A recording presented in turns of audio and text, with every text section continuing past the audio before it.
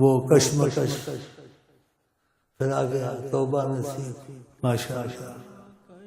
مجھ میں گناہ کی کس قدر، کشمکش مجھ میں گناہ کی کس قدر، یا خدا مجھ پہ یہ ذلت کس قدر، یا خدا مجھ پہ یہ ذلت کس قدر، حالت سیاہ میں ہے توبہ نصیب، حالت سیاہ میں ہے توبہ نصیب، آسی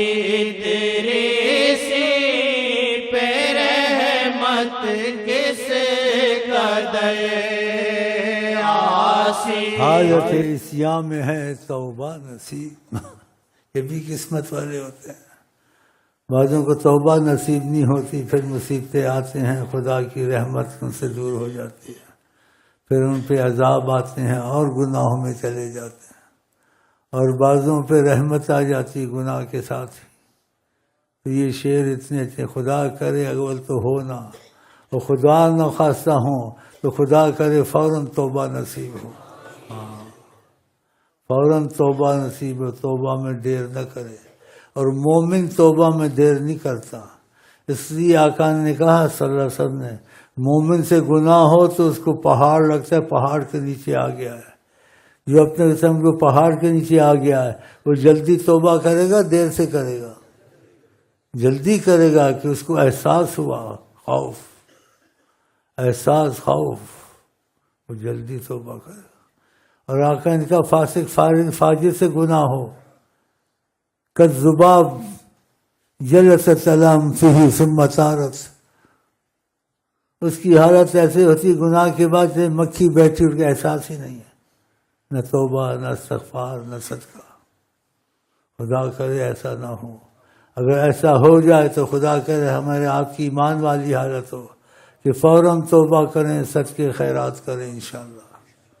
تو خدا جہاں تک ہی دعا کرتے ہیں بچائے، اور خدا نہ خواستہ ہو تو خدا کرے ایمان والی ہماری حالت ہو گناہ میں کہ مومن پر پہاڑ ہوتا ہے فوراً توبہ کرتا ہے۔ تو خدا ایسے امتحانوں میں نہ ڈالے۔ چلیں یا کون پہ مٹا دو مجھ گھٹیا کون پہ مٹا دو مجھ گھٹیا کون پہ مٹا دو دل سے ناپ دور کبھی ہو دل سے ناپ دور کبھی ہو ساجن کی تصویر سجا دو ساجن کی تصویر سجا دو ساجن کی تصویر سجا دو مجھ گھٹیا کو ان پہ مٹا دو مجھ گھٹیا کو ان پہ مٹا دو یار کا کچھ پیغام بتا دو یار کا کچھ پیغام بتا دو اسی میں سے جگ کو جلانا یار کا گر درشن نہ ملے تو یار کا گر درشن نہ ملے تو جنت پھونکو جگ کو جلا دو جنت پھونکو جگ کو سچی محبت ہوتی اس کو ایسے ہی ہوتا ہے۔ دنیا کی محبتوں میں ایسا ہوتا ہے کہ میرا نکاح نہیں ہوا وہ بھی خودکشی کرتی ہے، وہ بھی نہ جنت نہ دنیا نہ آخرت کرتے ہیں جی۔ تو آقا کی محبت میں سب سے پہلے وہ فائدہ ہے. لیکن دنیا کی یہ خواہشات میں پھانسیاں لینی ہیں، یہ تو حرام موت ہی مرنا یا نہیں. خدا تعالی مصیبتوں سے بچایا ہم. یہ سعودی منحوس ایسے ہیں، شادیوں پہ زور دیتے ہیں، وہاں یہی رہ گئی، شادیاں ہی رہ گئی ہیں. اس لیے آقا جی کہتے ہیں لوگ میری محبت میں درجات ہیں. ایک صحابہ جس کی شادی ہوئی لیکن اس پہ غلبہ محبت رسول تھا. شادی میں بیٹھے ہوئے اپنی تسبیح پڑھ رہا ہے، نماز پڑھ رہا ہے. آقا کے پاس شکایت گئی، اس کو بلایا، سمجھایا، بھائی بیوی کا بھی مسئلہ ہوتا ہے بیچ میں. بعض ایسے ہیں، کس میں آقا کے صحابہ میں درجات ہیں. بعضی عورتوں کو بڑی زبردست محبت تھی، اپنے قریبیوں سے زیادہ محبت تھی. جنگ کے میدان میں جب جنگ شروع ہوئی تو اس نے کہا نبی صلی اللہ علیہ وسلم کو کوئی تکلیف نہ آ جائے. وہ جلدی گئی کہ میں نبی کریم کی خبر لوں، ان کو کوئی تکلیف نہ ہو. تو جنگ میں ڈھونڈ رہی تھی، پوچھ رہی تھی ہر کسی سے نبی کریم صلی اللہ علیہ وسلم کہاں ہیں، کہاں ہیں، پتہ بتا دو، پتہ بتا دو. ایک میرا کہا تیرا باپ فوت ہو گیا 6-7 گھر کے. دوسرے نے کہا تیرا بھانجا بھتیجا. چوتھے 6-7 گھر کے بالکل قریبی فوت ہو گئی. وہ سنتی نہیں ہے، کہتی ہے تم پہلے ان کا بتاؤ وہ کہاں ہے.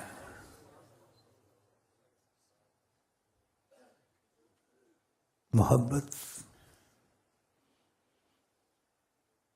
وہ کہتے مر گئے، کہتے پہلے ان کا بتاؤ.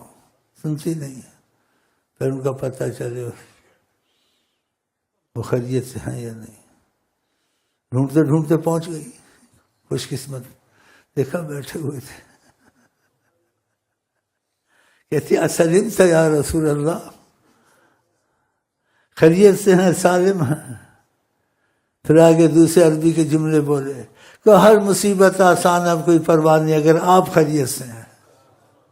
نہیں کہا میں لٹ گئی، میرے مر گئے، میں کیا کہوں. کہ آپ خیریت سے نا، سب خیر ہے. خدا خیر ہم لوگوں کو بھی ایسی محبت میں درجات. اس کے برعکس ایک عورت تھی، اس کو اتنی محبت نہیں تھی. ہم نے بھی ایسے تھے صحابہ میں. تو عورت کا لڑکا فوت ہو چکا تھا تو زاروں زار رو رہی تھی. آقا جی نے اس کو سمجھایا کہ صبر اور اس چیز کا. تو اس کے جیسے نا پتہ اس کو نہیں تھا یہ بات کرنے والے کون ہیں. تو آقا جی کو کہتی اگر آپ کا بیٹا مرتا آپ کو پتہ چلتا. آپ رحیم کریم تھے، کچھ نہیں کہا، چلے گئے. کسی نے کہا تم کیا کہا، کن کو کہا، کہا کیوں کیا ہوا. کہا یہ حضرت محمد مصطفیٰ تھے. بھاگی پیچھے. کہا یا رسول اللہ مجھے معافی دے دو. آپ نے کہا صبر عند صدمۃ الاولی، پہلے صدمے پہ صبر ہوتا ہے، بعد میں صبر آ جاتا ہے.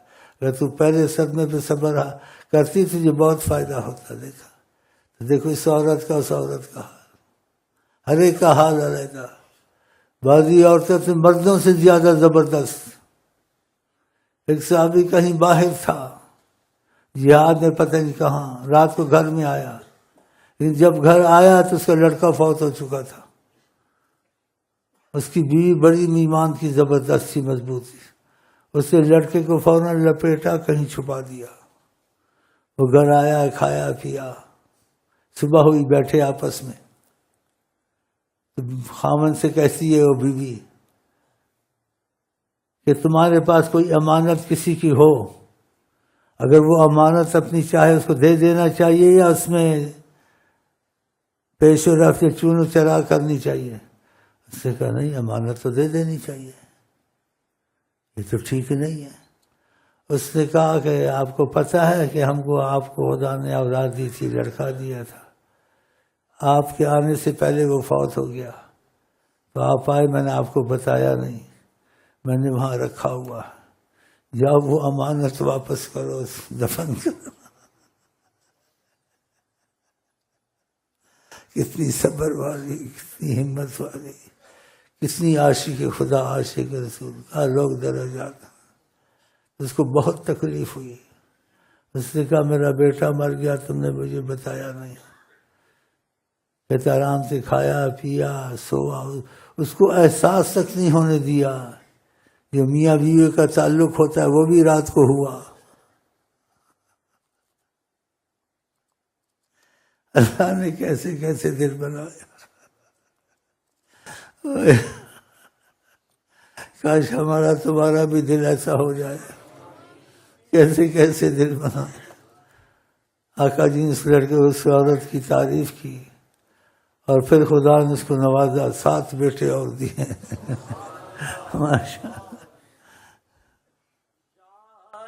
اگر درشن نہ ملے تو یار کا، گر درشن نہ ملے تو جنت پھونکو جگ کو جلا دو، جنت پھونکو جگ کو جلا دو، جنت پھونکو جگ کو جلا دو، یار کا گر درشن نہ ملے تو، یار کا گر درشن نہ ملے تو جنت پھونکو جگ کو جلا دو، جنت پھونکو جگ کو جلا دو، جنت پھونکو جگ کو جلا دو، جنت پھونکو جگ کو جلا دو، جنت پھونکو جگ کو جلا دو، جنت پھونکو جگ کو جلا دو، جنت پھونکو جگ کو جلا دو، جنت پھونکو جگ کو جلا دو، یار کا کچھ پیغام بتا دو، یار کا کچھ پیغام بتا دو، یار کا کچھ پیغام بتا دو۔ کہیں یا وجہ اللہ، یا وجہ النبی، یا وجہ اللہ، یا وجہ النبی، یا وجہ اللہ، یا وجہ النبی، دخیل اللہ ثم دخیلکم، دخیل اللہ ثم دخیلکم، دخیل اللہ ثم دخیلکم، وصلی اللہ علی سیدنا محمد وعلی آلہ وصحبہ وسلم۔